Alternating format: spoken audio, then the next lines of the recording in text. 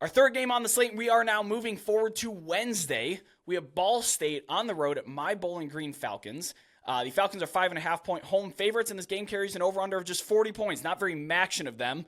But like I said, a lot of strong defenses in this conference and not too many blow-the-doors-off offenses. So we're going to be having a lot of those low totals. This game kicks off November 1st at 7 p.m. Eastern on ESPN2.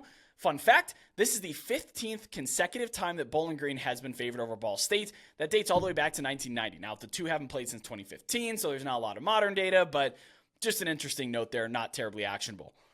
I do want to have a conversation, though, about Bowling Green running back Terrion Stewart. I've tweeted about him a lot. He has 70 missed tackles forced on the season. That is by far the most in the nation. He forced 20 of them, according to Pro Football Focus, against Buffalo. So very, very elusive player. Certainly playing down in competition. If I had to guess, somebody that's forcing 70 missed tackles probably belongs at a bigger program. But hey, Bowling Green loves to have this guy, and they've been getting him more involved. He has a career just about 5 yards after contact average. So again, this isn't just a miracle season, not a miracle few games. He's been doing this his whole career. There's a pretty clear correlation, not causation necessarily, but correlation between his work and Bowling Green's offensive success. In games in which Terrion Stewart has had more than 10 carries, Bowling Green is 4-1 and are scoring nearly 30 points a game. In games where he has fewer than 10 carries, they're 0-3 and are scoring 10 points a game. Now, you do have to consider game script. When Bowling Green falls behind, they're not just going to be handing off the ball, even though statistically maybe they probably should be. But yeah, again, it's correlation, not a causation, but Terrion Stewart is definitely the engine that gets this offense going. Ball State on the other end is 89th in EPA per rush. I will definitely be looking to see what number they hang for Stewart and likely betting over that total, unless they're giving me 95 to 100 yards juice to the over, which some of the sports books have been if you have them available.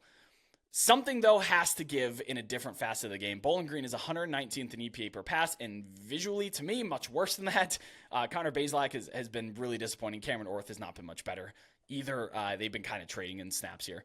They've now turned into a run-only team, which is fine. Again, success rate here, they're the ninth highest rush. They have the ninth highest rush rate in the country over their last 3 games. Among the non-service academies, we're talking about 65% clip. They are rushing the football. It's pretty clear what they want to do, and they're having a lot of success doing so. On the other side, Bowling Green leads the country, believe it or not, in turnovers forced, including 10 of them in their last 3 games, but they're also top 5 in giveaways per game, so it kind of evens out to almost a net zero in the turnover margin department. Ball State, though, nothing they love more than turning games into rock fights, especially when they're underdogs. They kept their game against Toledo to just 3-3 going into the fourth quarter, but they do have their moments when the floodgates do open. Again, Toledo ended up pulling away in that fourth quarter. They've given up a 21-point quarter to Western Michigan. They got their doors blown off 40-3 to Georgia Southern, et cetera, et cetera. So they want to keep it as much of a rock fight as they can, but the talent eventually loses out, and better opponents end up scoring those points on them. Now, this does, to me, come down to, does Bowling Green hit those explosive plays when they have the football? If yes, which I do think that they will, particularly Terrion Stewart, I'm probably going to take the points with Bowling Green, so as long as it stays under a touchdown at home. But again, as a BG grad, I am acutely aware that this is the kind of game that the Falcons just lose outright.